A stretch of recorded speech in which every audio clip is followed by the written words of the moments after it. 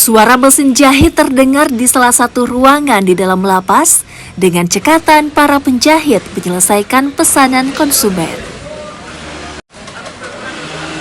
Mereka menjahit baju, jaket, rompi, hingga kaos.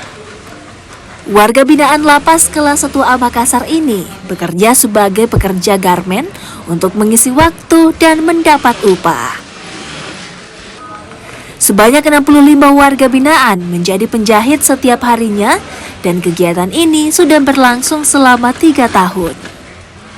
Kalau kita tidak pernah, memang nol, enggak pernah. Jadi tahu menjahit ini, tahu duduk di mesin ini baru di garmen ini. Hampir setiap selesai proyek yang dikerjakan itu ya mungkin ya agak menunda, tapi seminggu begitu ya. Keterampilan menjahit diperoleh warga binaan di dalam lapas dan diberdayakan untuk memenuhi pesanan dari PT Amura Pratama. Pemilik garmen pun mengaku puas karena jahitannya yang rapi dan halus.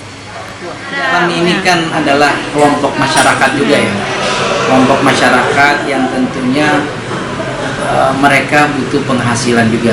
Mereka juga berharap bagaimana tetap memberikan penghasilan kepada keluarganya. Nah, itu sebenarnya spirit untuk mempekerjakan teman-teman yang ada di dalam lapas.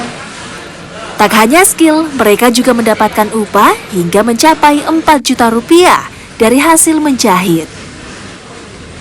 Dengan harapan apa yang sudah mereka peroleh ilmu di dalam lapas kelas 1 Makassar ini bisa bermanfaat untuk kehidupan dirinya, keluarganya, dan bahkan untuk masyarakat.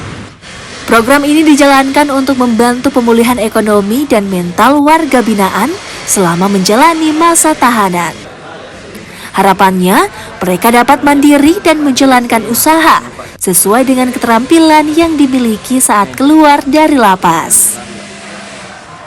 Nila Rustam, Kompas TV Makassar, Sulawesi Selatan.